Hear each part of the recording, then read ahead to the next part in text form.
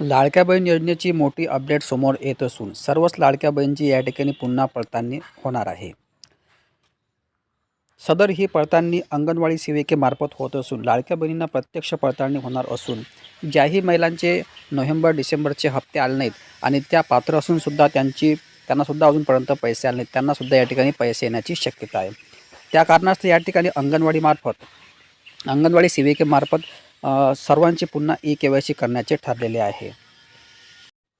म्हणजेच अंगणवाडी सेविकेमार्फत प्रत्यक्ष पडताळणी होणार आहे. ई-KYC करणाऱ्या महिलांसाठी पर्याय म्हणजे ज्याही महिलांची अजूनपर्यंत KYC त्यांनासुद्धा या ठिकाणी अंगणवाडी सेविकेमार्फतच KYC करावी लागणार आहे, असे महिला व बाल विकास मंत्री आदिती तटकरे यांनी सांगितलेले आहे. सो लाडक्या बहिणींनो, अशाच प्रकारच्या महत्त्वाच्या अपडेटसाठी आपल्या चॅनलला नक्की सबस्क्राईब करून ठेवा, जेणेकरून एखादा व्हिडिओ टाकल्यास त्याची नोटिफिकेशन तुम्हाला मिळावे यासाठी बेल आयकॉनला सुद्धा ऑन करून ठेवा.